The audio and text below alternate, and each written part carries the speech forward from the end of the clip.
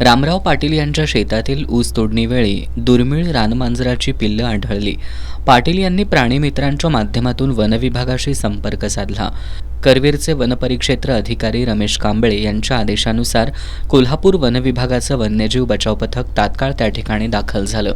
पिलं खूप लहान असल्यामुळं त्यांची आईशी भेट घडवून आणणं गरजेचं असल्यानं वन्यजीव बचाव पथकानं त्या दृष्टीनं हालचाली सुरू केल्या.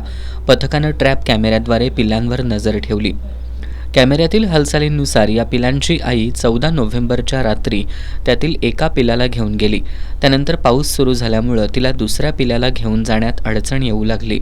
वनविभागानं 15 नोव्हेंबरला पुन्हा त्याच ठिकाणी दुसऱ्या पिलाला ठेवलं. त्या दिवशी रात्री 8:45 वाजण्याच्या सुमाराला रानमांजर तिथं आली आणि दुसऱ्या पिल्लालाही सुरक्षितपणे घेऊन गेली. स्थानिकांच्या सतर्कतेमुळं आणि वनविभागाच्या प्रयत्नांमुळं दुर्मिळ वाघाटीच्या दोन्ही पिलांची आईशी भेट घडवून आणल्यानं वन्यजीव बचाव पथकाचं कौतुक होतंय. कोल्हापूर वनविभागाचे उपवनसंरक्षक जी गुरुप्रसाद, सहाय्यक वनसंरक्षक कमलेश पाटील यांच्या मार्गदर्शनाखाली वन्यजीव बचाव पथक प्रमुख प्रदीप सुतार, आशुतोष सूर्यवंशी, अमोल चव्हाण, अलमतीन बांगी, विनायक माळी, किरण कुंभार तसंच वनरक्षक विदेश तांबोरे यांनी यासाठी विशेष परिश्रम घेतले.